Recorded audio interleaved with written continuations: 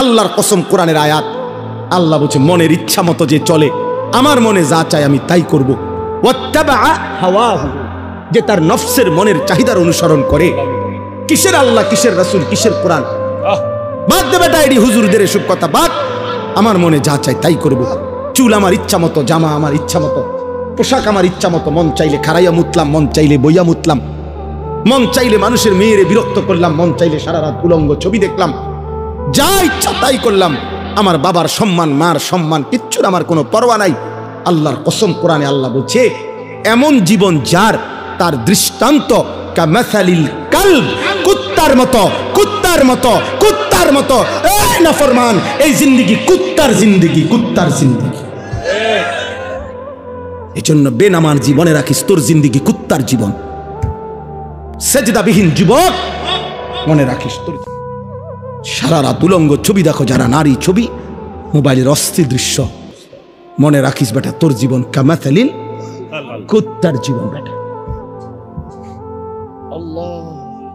জানোয়ারের খোদার কসম, নবী বলছে ওয়া আনা আখিযুন বিহুজাজিকুম, উম্মত আমি চেয়েছি আমার একটা একটা উম্মতকে এভাবে কোমরে জড়াইয়া ধরে জাহান্নামের আগুন থেকে বাঁচাই।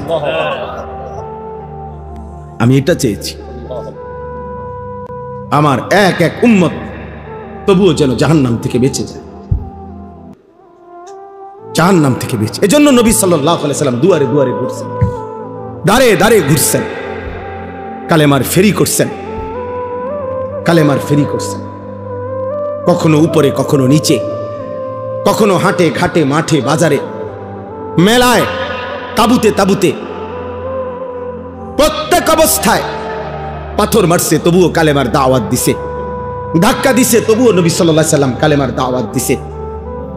আবু জেহেল উটের পচা নারী বুড়ি পিঠের উপরে চাপায় দিছে তবুও কালেমার দাওয়াত দিছে। তায়েফের পাথরের আঘাতে সারা দেহ রক্তে রঞ্জিত করে দিছে, এই রক্ত মাখা দেহ নিয়েও হাত তুলে উম্মতের জন্য বদদুয়া করে নাই, বলছে আয় মাওলা মাফ করে দেন। ওরা বুঝে নাই, ওরা বুঝে নাই, ওরা আমারে চেনে নাই। আল্লাহুম্মা গফির লিকওমি ফাইন্নাহুম লা ইয়ালামুন, আল্লাহ আমার জাতিকে মাফ করে দেন। ওরা বুঝে নাই, ওরা চিনে নাই, ওরা চিনতে পারে নাই। এইভাবে দোস্ত ছেলেরা, বাবারা, নবী সাল্লাল্লাহু আলাইহি ওয়াসাল্লাম চেষ্টা করছেন। তারিখে ইবনে খাল্লিকানের মধ্যে আছে, আরবি কিতাব, নবী সাল্লাল্লাহু আলাইহি ওয়াসাল্লাম আবু জেহেলের কাছে 4000 বার কালেমার দাওয়াত দিয়েছে। 4000, 4000 বার শুধু আবু জেহেলকে কালেমার দাওয়াত দিয়েছে। এক ফিকির ছিল, কিভাবে আমার একটা উম্মত বাইচা যাবে, কিভাবে আমার একটা উম্মত জাহান্নাম থেকে বাঁচবে, আল্লাহকে পেয়ে যাবে। একজনের ফিকির করছে, 10 জনের ফিকিরও করছে, কখনো একজনের কাছে, কখনো 10 জনের কাছে, আবার কখনো 1.25 লক্ষ সাহাবীর সামনেও নবীজি কথা বলছে, কথা বলছেন। কবি আরশ पर कभी फरश पर, कभी उनके दर कभी दर बदर, गमे आशिकी तेरा शुक्रिया मैं कहां कहां से गुजर गया, कभी हो रास्तू में तन्हा कभी हो गुरूदे सहरा, मैं जुनू का हम सफर हो मेरा कोई घर नहीं है। रसूलुल्लाह सल्लल्लाहु अलैहि वसल्लम যেন বলতেন এটা, মেরা কোই ঘর নেই হ্যাঁ, আমার কোনো ঘর নাই, উম্মতের দুয়ারই আমার ঘর, উম্মতের দুয়ারই আমার ঘর। কবি হো রাস্তু মে তনহা, কখনো রাস্তায় আমি একাকী ঘুরছি, আল্লাহর কথা ফেরি করছি, কখনো শূন্য মরুভূমিতে একাই হাঁটছি, উম্মতের জন্যই চোখের পানি ফেলছি, চোখের পানি ফেলছি। এই জন্য ভাইয়া, এই আজকের এই মাহফিলের ইন্তজাম যারা করছেন, আমার প্রথম কথা এটা, এই ফিকির কলিজার মধ্যে থাকতে হবে আমাদের। মুসলমানের এই নওজোয়ান, এরা নামাজ পড়বে শতভাগ কোন দিন? আমাদের এই যে ভরপুর ছেলে, আলহামদুলিল্লাহ এখন রাত 12টা 9 বাজে, রাত গভীরে যারা আল্লাহর কথা শুনতে বসছে, তারা ইচ্ছা করলে তাদের কলিজার ভিতরে যদি আল্লাহর মহব্বত কলিজা ছিঁড়ে বুঝানো যাইতো, তারা আজকের 5 ওয়াক্ত নামাজের সেজদাও দিত। কিন্তু প্রিয় বন্ধু, তোমরা ইনসাফ করো, অনেক ছেলে তোমরা আলহামদুলিল্লাহ এত রাত বসছো এক মৌলবীর বয়ান শুনতা, কিন্তু এমন অনেকেই আছো যারা আজকের সারা দিনে 5 ওয়াক্ত নামাজের 1 ওয়াক্ত নামাজও পড়ো নাই। হায় বন্ধু, আমার দোস্ত, আমার সন্তান, আমার ছেলে, আমার ছোট ভাই, তুমি করলাটা কি? কারে নারাজ করলা? কারে নারাজ করলা? কেমনে পারলা? কেমনে সম্ভব হইল এই বেনামাজি জিন্দিগি? এশার নামাজও পড়লা না।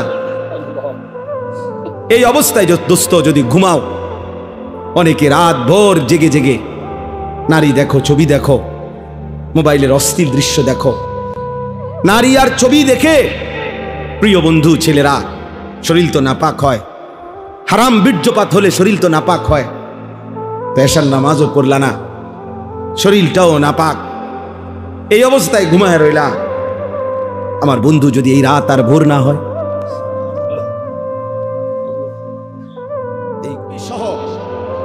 মুসলমানের যখন হালাত, মা যখন কাঁদে, শিশু যখন কাঁদে, রক্তের উপরে যখন ইমানদার গড়াগড়ি খায়, এই যুবক, এই অবস্থায় তুমি উলঙ্গ ছবি দেখো, মোবাইল দেখো, নাচ দেখো, একটা সাজদা দাও না, এটা ইনসাফ না যুবক।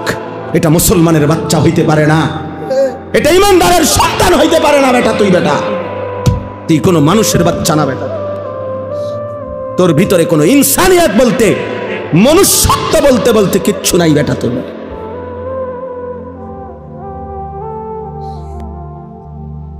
ওই জানোয়ার তোর চাইতে ভালো বেটা। তুমি মুমিনের রক্ত দেখো নাই? তুমি মজলুমের আহাজারি শোনো না? ওমা লাকুম লা তুকাতিলুনা ফি সাবিলিল্লাহ ওয়াল মুস্তাদাফিনা মিনার রিজালি ওয়ান নিসাই ওয়াল বিলদান আল্লাযীনা ইয়াকুলুনা রাব্বানা আখরিজনা মিন হাযিহিল ক্বরিয়াতিয যালিমি আহলুহা। আল্লাহ বলে, তোমাদের কি হলো? তোমরা কেন আল্লাহর রাস্তায় জীবন দিচ্ছ না, জিহাদ করছো না? অথচ দুর্বল পুরুষ, শিশু, বৃদ্ধা, নারী, বাচ্চা চিৎকার করে বলছে আর আল্লাহকে ডাকছে, মাওলা জালেমের এই জমিন থেকে আমাদেরকে রক্ষা করো মাওলা। ফিলিস্তিনি মা আহাজারি করছে, বোন আহাজারি করছে, ছেলে আহাজারি করছে, 6 বছরের মাসুম বাচ্চাও কাঁদতেছে। কোনো কান্না, কোনো চোখের পানি, কোনো রক্ত, শহীদের কোনো লাশ, তোমাদের যাদের কলিজার মধ্যে একটু বিবেক নাড়াইল না, তোমরা কেমন মানুষ বলো ভাই? ইনসাফ করো, ইনসাফ করো, রহম করো দোস্ত, রহম করো। ছেলেরা বলো মিয়া, ইনসাফ করো তোমরা। আমার কথায় রাগ হইও না, ইনসাফ করো। মুসলমানের সন্তান এমন হওয়ার কথা ছিল না, ইমানদারের সন্তান এমন হওয়ার কথা ছিল না।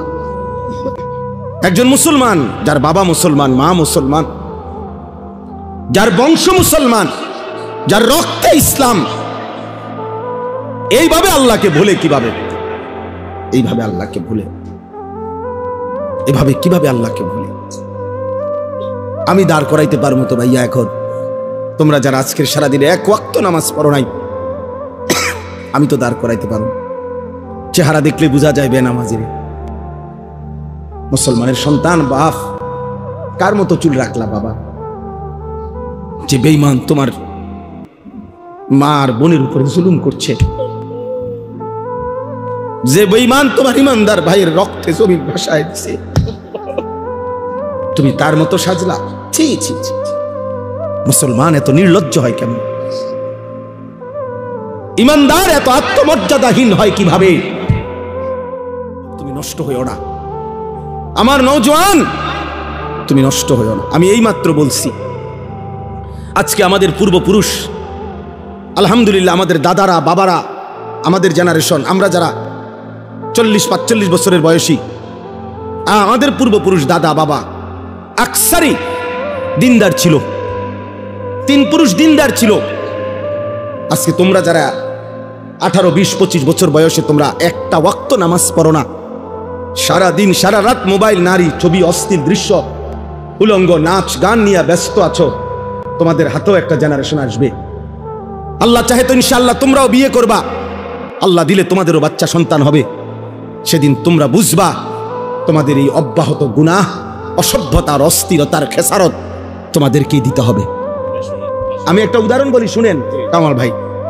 আমাদের কুমিল্লার, আপনি তো চিনবেনই, মুরাদনগর মাদ্রাসার যিনি মুহতামিম শেখুল হাদিস আল্লামা মুফতি আমজাদ হোসাইন সাহেব, বাংলাদেশের একজন অন্যতম আলেম ওয়ায়েস, উনি নিজে বলছে, এক ভদ্রলোক, ওনার ঘনিষ্ঠ, ওনার মেয়েটা আরেকটা ছেলের সাথে ভাগ্যা গেছে। ভাগ্যা যাওয়ার পরে মেয়েটার তালাশে উনি বহু তালাশ কইরা মোটামুটি সন্ধান পাইয়া আনতে পারে নাই, থানায় মামলা করছে। কসম আল্লাহর, উনি নিজে বলছে ওই মেয়েটা মেয়ের বাবার কাছে চিঠি লিখছে, এটা চিঠি পাঠাইছে। চিঠির মধ্যে মেয়ে স্পষ্ট লিখছে, আপনারা দুইজন যে কাজটা করেছিলেন অবিকল আমি তো তাই করলাম, এখন আমার বেলায় পুলিশ পাঠালেন কেন? আমার বেলায় থানায় মামলা কেন? আপনারা বাপ মাও তো ভাগ্যা গিয়েই বিয়ে করছেন, এখন আমার বেলায় থানায় পুলিশ পাঠালেন কেন, মামলা দিলেন কেন? ওই বাবা অঝরে কাঁদছে যে হ্যাঁ, আমার সন্তান আমার বেইজ্জতি আমারে শোধ দিয়ে দিল, আমার পাপ আমারে বুঝাই দিল, ফিরাই দিল আমার সন্তান। এই জন্য প্রিয় সন্তান, মনে রাখো, আমার কাছে আরবি কিতাব আছে, ইমাম ইবনুল কাইয়িম আল জাওজি রাহমাতুল্লাহ আলাইহির কিতাব আদ-দা ওয়াদ দাওয়া কিতাবের নাম। এই কিতাব রোগ এবং তার ঔষধ, গুনাহের ব্যাপারে, অনেক গুনার ব্যাপারে উনি আলোচনা করছেন। তো ওইখানে জিনা, ব্যভিচার, নারীর সাথে অসভ্যতা, অশ্লীলতার ব্যাপারে যে আলোচনা করছেন, ওইখানে একটা বাণী আছে, আমি দাগ দিয়ে রাখছি। ইমাম শাফিঈ রাহমাতুল্লাহ আলাইহি বলছে, বিশ্ববিখ্যাত ইমাম, চার মাযহাবের একজন ইমাম, হানাফি শাফিঈ আমরা বলি না, এই ইমাম শাফিঈ রাহমাতুল্লাহ আলাইহির একটা বাণী, উনি বলছেন আজ-জিনা কারজুন। ইমাম শাফিঈ রাহমাতুল্লাহ আলাইহি বলছে, যুবক ছেলেরা বাবা শোনো, উনি বলছে জিনা এবং ব্যভিচার এটা করজ, এটা ঋণ। ঋণ যেমন সুদ দিতে হয়, তোমার এই অসভ্যতা, ব্যভিচার তোমার ফ্যামিলির কাউকে না কাউকে দিয়ে সুদ দিতে হবে। আল্লাহর কসম, তোমার যদি বিশ্বাস না হয়, এই কিতাব আমি দেখাবো, এবং এই কিতাবের বাংলা অনুবাদও আছে। তোমার সুদ দিতে হবে, যদি তওবা না করে ফিরে না আসে, আর আল্লাহ যদি মাফ না করে, তাহলে এটার কি দিতে হবে? সুদ। এটা ঋণ। আজ-জিনা কারজুন, জিনা এবং ব্যভিচার কর্জ, ঋণ, ঋণ। অতএব দোস্ত আমার, বন্ধু আমার, প্রিয় সাথী আমার, মজলুমের দিকে আরেকবার তাকাও, ইমানদারের খণ্ড বিখণ্ড লাশের দিকে আবার তাকাও, গাজা ফিলিস্তিনের মজলুম মার দিকে আবার তাকাও, আরেকবার নিজের দিকে তাকাও। এমন মুহূর্তে একজন মুসলমান সন্তান এমন করা, নামাজ নাই, সেজদা নাই, আল্লাহ নাই, রসুল নাই, এগুলো কার মতো তোমরা চুল রাখলা? কারে তোমাদের প্রিয় মানাইরা? কার লেবাস, কার পোশাক তোমাদের পছন্দ হলো? দোস্ত আমার, কোন খেলোয়াড়ের গেঞ্জি পরলা? সে মুসলমান? আর্জেন্টিনার খেলোয়াড় মুসলমান, ব্রাজিলের খেলোয়াড় মুসলমান, তো সে তোমার পছন্দ হলো কেন? মেসি তোমার প্রিয় হবে কেন? এ তো পত্রিকা আসছে, ওর 2টা বাচ্চা হওয়ার পরে, যে মহিলার থেকে 2টা বাচ্চা হয়েছে, তার 9 বছর পরে ওই মহিলারে বিয়ে করছে, 2টা বাচ্চা লইয়া। হ্যাঁ, এটা তো আমি নিজ চোখে দেখছি ব্যাপারে। 9 বছরের অবৈধ মেলামেশায় 2টা বাচ্চা হয়েছে, এরপরে 2 বাচ্চা লইয়া হে ওই মহিলারে বিয়ে করছে। বিয়ে করছে 9 বছর পরে, বাচ্চা হয়েছে আরো 9 বছর আগে। এত বড় অসভ্য কোন মুসলমানের সন্তানের মডেল হইতে পারে? তো তোমার চুল তার মতো হবে কেন? সামান্য বিবেকও কি থাকবে না মিয়া? বলো। হাইসো না বাপ, হাইসলে মনে রাখো তুমি প্রতিবন্ধী, মূলত তোমার তার সিরা। এই জন্য কোনো কথাই তোমার উপরে আসর করে না, কারণ মাতাল এমনই হয়, যার তার সিরা পাগল, সে সব কথাই হাসে, কারণ তার তো তার সিরা নাই, তো বিবেকের দংশন থাকা উচিত,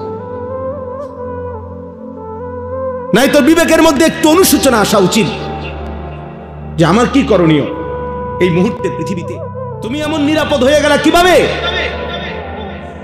যে তোমার এক ওয়াক্ত নামাজ নাই, সেজদা নাই, আল্লাহ নাই, রাসূল নাই, হালাল হারামের কোনো পাক নাফাকের কোনো ধার ধারণা। একটা মোটরসাইকেল জিন্দিগি, একটা মোবাইল জিন্দিগি, একটা নারীর সাথে প্রেম, এটাই জীবন। চুলের ফ্যাশন, এটাই জীবন বানায় ফেলছো। বন্ধুদের সাথে অসৎ আড্ডা, কিছু অশ্লীল বিশ্রী বাজে কথাবার্তা, নিজেদের মধ্যে অসভ্য নোংরা কথাবার্তা, এটাকেই জীবনের আনন্দ হাসি খুশি বানায়। অসভ্যতা আনন্দ হয় কেমনে ভাইয়া? প্রিয় ভাই বলো, কোন কোন কিতাবে লিখছে, কোন বইতে লিখছে, কোন ডিকশনারিতে যে নোংরামিটা আনন্দ, অসভ্যতা আনন্দ? তুমি একটা মেয়ের পিছনে ঘুরলা, এটা তো অসভ্যতা, এটা তো আনন্দ না। তুমি উলঙ্গ ছবি দেখলা, এটা তো নোংরামি, এটা তো আনন্দ হতে পারে না। অশ্লীলতা তো পৃথিবীর কোনো ভাষায়, কোনো দেশে, কোনো ধর্মে অশ্লীলতাকে আনন্দ বলে না, অসভ্যতাকে আনন্দ বলে না। অতএব ইনসাফ করো। মূলত দিল মরে গেছে যার, আখিরাত ভুলে গেছে যে, ইনসানের কাতার থেকে যে নিজেকে বিচ্ছিন্ন করেছে, জন্তু এবং জানোয়ারের খাতায় যে নিজের নাম লেখাইছে, অসভ্যতার অস্থিরতা, আল্লাহকে ভুলে থাকা একমাত্র তার পক্ষে সম্ভব। এবার আমি কোরআন থেকে বলি, কোরআনুল কারীমের সূরা আরাফের মধ্যে আছে স্পষ্ট, আল্লাহ তাআলা বলেছেন ওয়াত্তাবাআ হাওয়াহু ফামাসালুহু কামাসালিল কালব। আল্লাহর কসম, কোরআনের আয়াত, আল্লাহ বলছে মনের ইচ্ছা মতো যে চলে, আমার মনে যা চাই আমি তাই করব।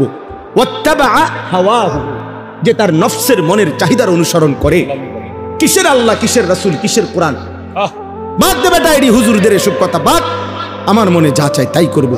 চুল আমার ইচ্ছা মতো, জামা আমার ইচ্ছা মতো, পোশাক আমার ইচ্ছা মতো, মন চাইলে খাড়াইয়া মুতলাম, মন চাইলে বইয়া মুতলাম, মন চাইলে মানুষের মেয়েরে বিরক্ত করলাম, মন চাইলে সারা রাত উলঙ্গ ছবি দেখলাম, যা ইচ্ছা তাই করলাম। আমার বাবার সম্মান, মার সম্মান, কিচ্ছুর আমার কোনো পরোয়া নাই। আল্লাহর কসম, কোরআনে আল্লাহ বলছে এমন জীবন যার, তার দৃষ্টান্ত কামাসালিল কালব, কুত্তার মতো, কুত্তার মতো, কুত্তার মতো। এই নাফরমান, এই জিন্দেগি কুত্তার জিন্দেগি, কুত্তার জিন্দেগি। এজন্য বেনামাজ জীবনে রাখিস, তোর জিন্দেগি কুত্তার জীবন। সেজদাবিহীন যুবক, মনে রাখিস তোর জীবন কুত্তার জীবন। সারা রাত উলঙ্গ ছবি দেখো যারা, নারী ছবি, মোবাইলের অস্থির দৃশ্য, মনে রাখিস বেটা তোর জীবন কামাসালিল কুত্তার জীবন বেটা, জানোয়ারের জীবন বেটা। এই একবার সুযোগ পাইছি, একবারই বললাম, আরেকবার আসতে হবে জরুরি না, আরেকবার আসার কোনো প্রয়োজন নাই। আর যদি না বাঁচি, আরেকবার যদি বলার সুযোগ না পাই, একবারই বললাম। প্রিয় বন্ধু, ফিরে আসো। প্রিয় নওজোয়ান মুসলমানের এই বিপদে তুমি না দাঁড়াইলে কে দাঁড়াবে? আমাদের মালিককে যদি আমরা ডাক না দেই, আমাদের উপরে সাহায্য কেমনে আসবে? আমাদের মনিবের কাছে যদি আমরা কাঁদি না কাঁদি, আমাদের বিজয় আসবে কিভাবে? আমাদের প্রিয় নবী সাল্লাল্লাহু আলাইহি ওয়াসাল্লাম, এবার রাসূলুল্লাহ সাল্লাল্লাহু আলাইহি ওয়াসাল্লামের জিন্দেগি শুনেন। সবাই শুনতেছেন? ছেলেরা, বাপ তোমরা শুনতেছো? বাপ ভাবতে শেখো ভাইয়া। যত ধমকেই দেই, যত শক্ত কথাই বললাম, দোস্ত আল্লাহর কসম আমি এই বুক চিরে দেখাবো আমি তোমারে ভালোবাসি। আমার জিন্দেগি ছেলেদের জন্য, নওজোয়ানের জন্য, আমার জিন্দেগি, এটা আমার সাধনা, এটা আমার মেহনত, এটা আমার ফিকির, ফিকির আমার। আল্লাহর নবী সাল্লাল্লাহু আলাইহি ওয়াসাল্লাম মাত্র ৩১৩ জন সাহাবীকে নিয়ে বদরের যুদ্ধে যখন যুদ্ধের ময়দানে দাঁড় করাইছে ১০০০ কাফেরের মোকাবেলায়, হাদিসে স্পষ্ট আছে নবীজি সাল্লাল্লাহু আলাইহি ওয়াসাল্লাম তখন সাহাবীদেরকে বললেন, তোমরা দাঁড়াও, যারে যেমনে দাঁড় করাইছি দাঁড়াও, তবে আমি আদেশ না দেওয়া পর্যন্ত যুদ্ধ শুরু করবা না। কথা বুঝছেন কিনা?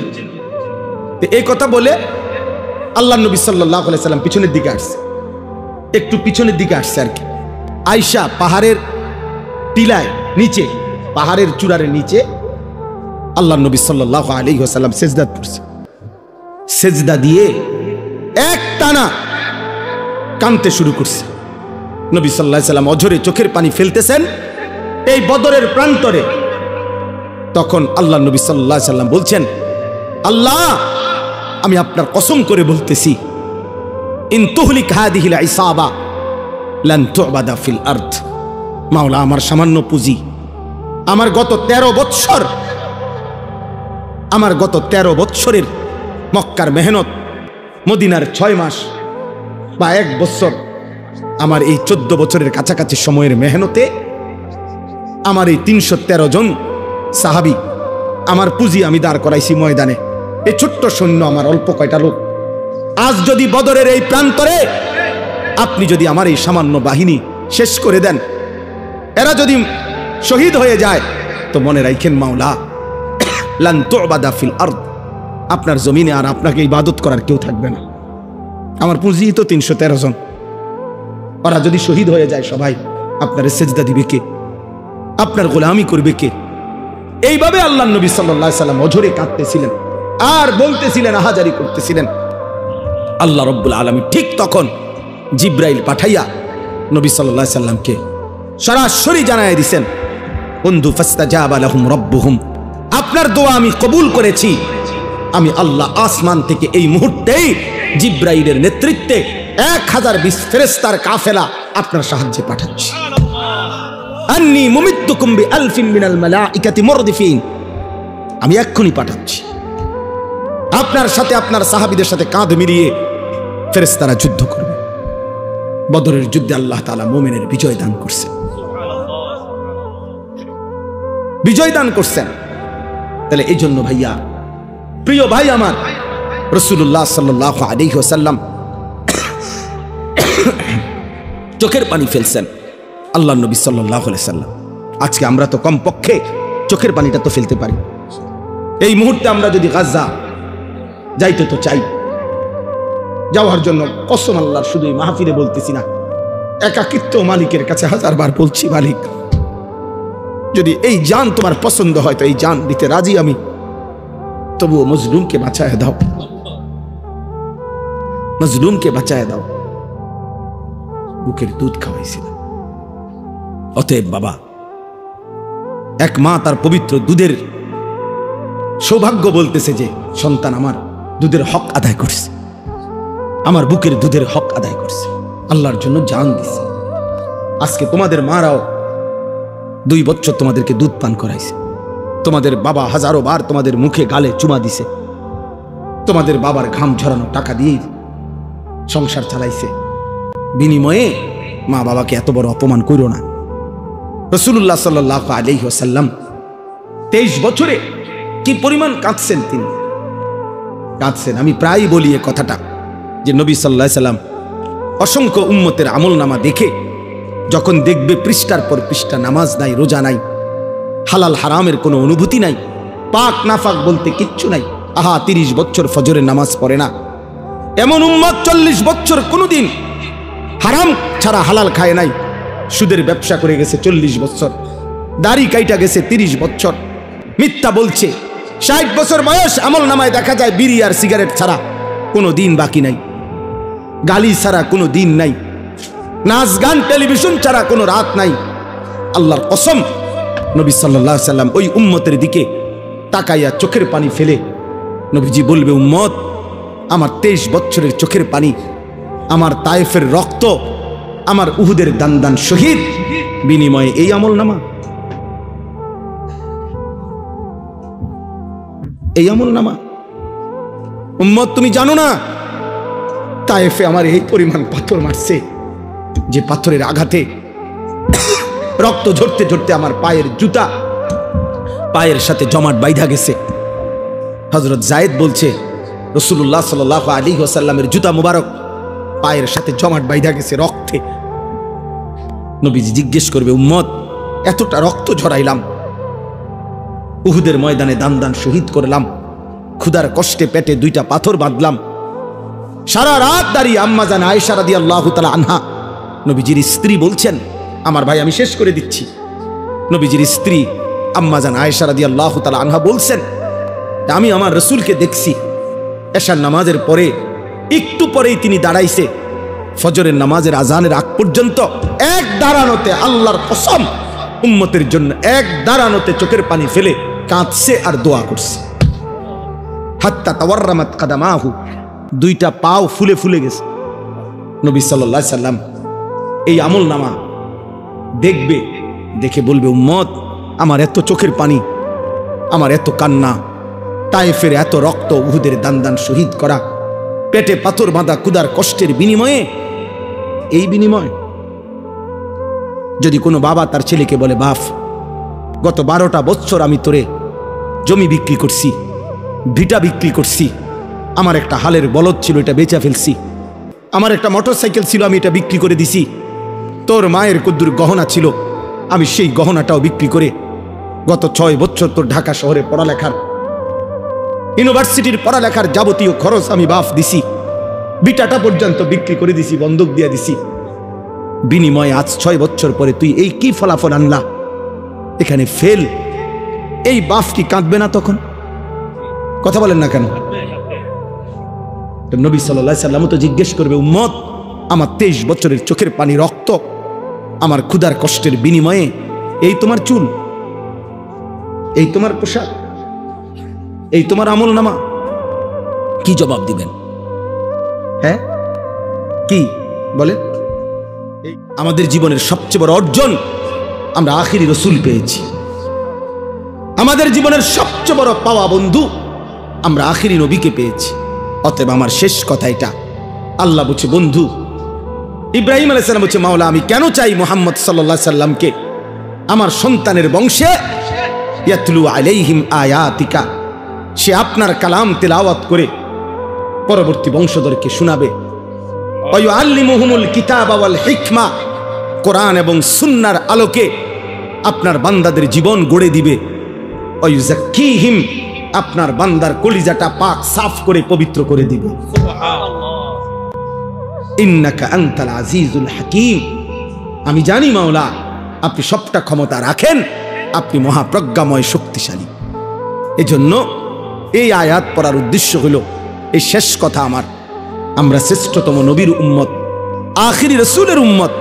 অতএব আমাদের ঈমান, আমাদের আমল, আমাদের তাকওয়া, আমাদের ইখলাস আরো বেশি হওয়া উচিত। শেষ জামানার নবী, আখিরি নবীর উম্মত হিসাবে আমাদের আত্মমর্যাদা আরো বেশি হওয়া উচিত। এজন্য প্রিয় যুবক বাবা, পর্দার আড়ালের মা বোন, এত বড় শ্রেষ্ঠতম নবী পেয়ে আমরা যদি জিন্দিগিটা এভাবে নষ্ট করে দেই, এটা উচিত না, এটা ইনসাফ না। এজন্য আমি অনুরোধ করছি, আজকে এই রাত গভীরে তোমরা যারা কিশোর নওজোয়ান এতটা কষ্ট করে এত রাত অবধি বসে রইলা, আমি তোমাদের কাছে অনুরোধ করি ভাইয়া, মাথার চুল থেকে পায়ের নখ পর্যন্ত তুমি যেহেতু সুন্দর নিজেকে সাজাইতে চাও, আমিও বলি তুমি সুন্দর হও, কিন্তু সেই সৌন্দর্য নিজেকে যেহেতু সুন্দর করতে চাও, আল্লাহর কসম প্রিয় নবী সাল্লাল্লাহু আলাইহি সাল্লামের চাইতে সুন্দর এই কায়নাতে আর কেউ হইতে পারে না। অতএব সুন্দরী যেহেতু পছন্দ, তাহলে রাসূলুল্লাহ সাল্লাল্লাহু আলাইহি সাল্লামের সৌন্দর্য গ্রহণ করা এটাই সবচেয়ে বেশি বুদ্ধিমান এবং বিবেকবানের উচিত। কারণ প্রিয় নবী সাল্লাল্লাহু আলাইহি সাল্লাম তিনি হাসলেও সুন্দর, তিনি কাঁদলেও সুন্দর, তিনি হাঁটলেও সুন্দর, তিনি বসলেও সুন্দর। হাজারো সাহাবী নবী সাল্লাল্লাহু আলাইহি সাল্লামের সৌন্দর্যের বর্ণনা দিয়েছেন। নারীরা, পুরুষেরা, সাহাবীরা সবাই নবীজির সৌন্দর্যের প্রমাণ করছেন। 1450 বছর ধরে আপনজন দুশ্মন সবাই নবীজির জীবনী গবেষণা করছে। ইমানদারের কাছেও তিনি শ্রেষ্ঠ, পৃথিবীর সমস্ত কাফের বেঈমানের কাছেও আল্লাহ রাসূল সাল্লাল্লাহু আলাইহি সাল্লাম শ্রেষ্ঠ। তাহলে তিনি বন্ধুর কাছেও শ্রেষ্ঠ, তিনি দুশ্মনের কাছেও শ্রেষ্ঠ। আমাদের নবীর চাইতে শ্রেষ্ঠ কোনো দিক থেকে এই পৃথিবীর কোনো বেঈমানও কাউকে এই পর্যন্ত প্রমাণ করতে পারে নাই। তাইলে শ্রেষ্ঠতম রাসূল আমার থাকতে তুমি বেঈমানের মতো সাজবা কেন? কেন তুমি সুন্নাত ছেড়ে দিবা? কেন তুমি আল্লাহ রাসূল সাল্লাল্লাহু আলাইহি সাল্লামকে ছেড়ে দিবা? অতএব একটা যুবক যদি বুঝো, আমি তোমার জন্য বললাম, আমি একজনের জন্য বললাম, একজন, আল্লাহ তাআলা আমাদের প্রত্যেককে কবুল করে নেন। ছেলেরা, বাবা, আল্লাহর ওয়াস্তে বাপ, তোমরা আখলাক সুন্দর করো, তোমরা তোমাদের এই চুল স্বাভাবিক বানাও, তোমরা দয়া করে আল্লাহর ওয়াস্তে বন্ধু এই চুল চারিদিকে সমান করে কাটো, এগুলা দাজ্জালের চুল।